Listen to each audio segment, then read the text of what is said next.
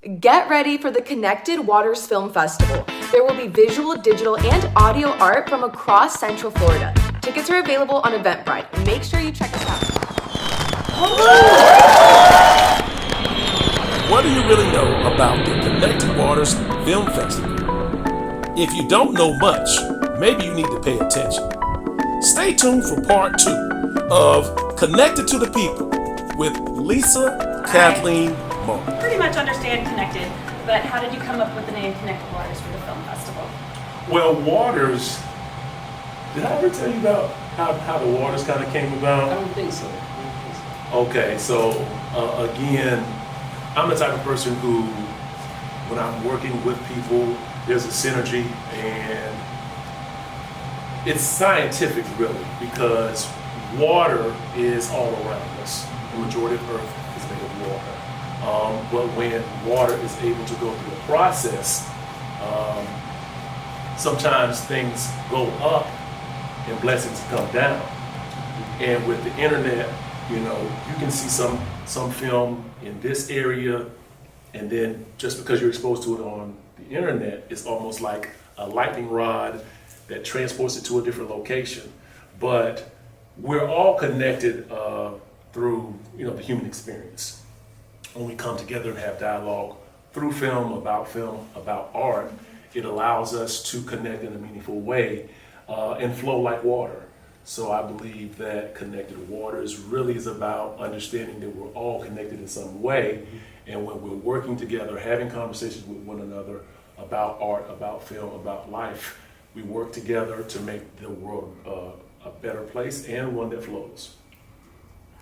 That's an amazing answer, because often, you know, people come up with titles or whatever, and it just sounds like you just took it to a whole deeper level within the soul, because when we meet filmmakers, and I'm one as well, and I'm front, like you said, I connect with them as you do, and it is like we have that special connection with our soul, and you never know what it is, but you know when you find that person, you're like, oh, I know that. That is beautiful.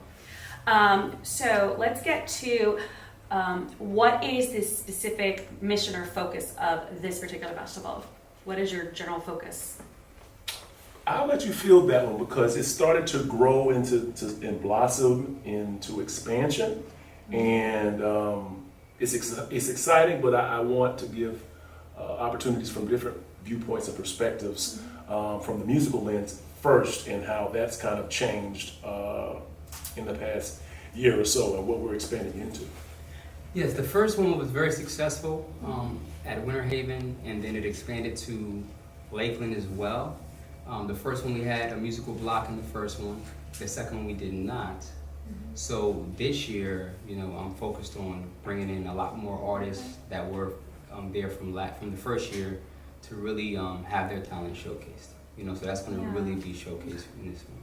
And is it, with the musical talent, is it also focusing on the Central Florida music scene? Most definitely. Globally, like the first one we had somebody from Israel who was in the fest. Nice. Okay. That is fantastic. So you're bringing in the music. You still want the filmmakers in. For sure. All of that. In other interviews, you had mentioned, you just elaborated on this, so I think I know the answer to this question, but in other interviews you have mentioned focusing on local filmmakers. Mm-hmm. Is there any particular reason for that, or is it, you had mentioned expansion, like is it going to be more of a regional thing, people join the festival in the region? Well, I would say that when we did the festival for the first year, the focus was, there are areas that are, for lack of a better way of saying it, that are deprived of certain things based upon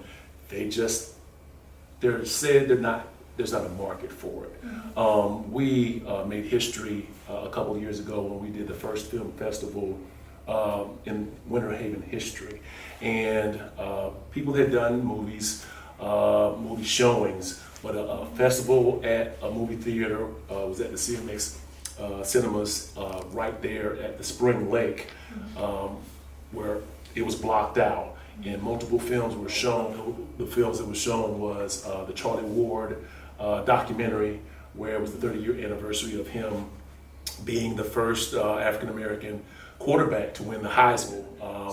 We had the opportunity to go to the Tallahassee Film Festival and meet with the producer of that project, who also worked for ESPN, and actually also talked with Charlie Ward himself, and had a great conversation, a great connectivity and dialogue, and we wanted to bring that story to not just adults, but to younger people from area city schools who needed to understand what's the blueprint for success and really excellence, because he was a true sport athlete with playing NBA basketball and winning the Heisman in football.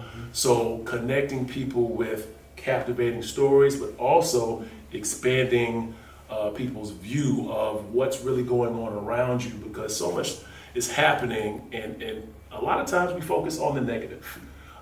So connecting people to greatness is also within the Connected Waters Film Festival. Do you have anything to add? The Charlie Ward documentary was amazing. The second fest we had Vince Carter documentary. So I think these documentaries, like Lee was talking about, really brings their stories to life.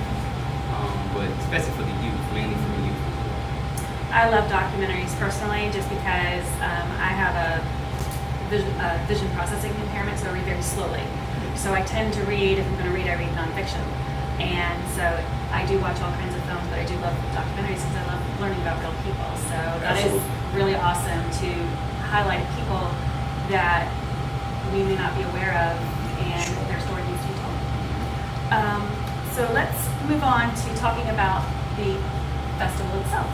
Are there any genres that you focus on? Are you kind of like an all-encompassing, or do you narrow it down so that it fits within the mission and focus of the festival? Mostly, we work with shorts.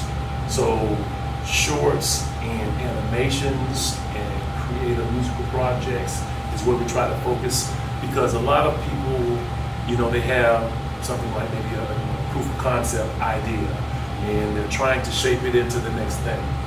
So we generally try to work with powerful shorts that could be about any topic or issue. This past year we had a project from, I always mispronounce her name, but a local FSC graduate for the Southern College, and she had a project that had to do with anorexia and a dancer. Oh, okay. That was a good Right, dance I don't until know how you to die. die. Sky B. I'm gonna stop at B because it sounds like I'm gonna mess it up and I'm not gonna try. But she had a powerful project, and we had a captivating Q&A where people who were actually able to ask questions immediately following her movie short. And some of those questions actually really helped movie fans and movie goers understand the process of how sometimes short films become either docuseries or, in some cases, an actual a film later on that might be 60 minutes or more, depending on what route they want to go. But it gets that traction at independent film festivals like the Waters Film Festival.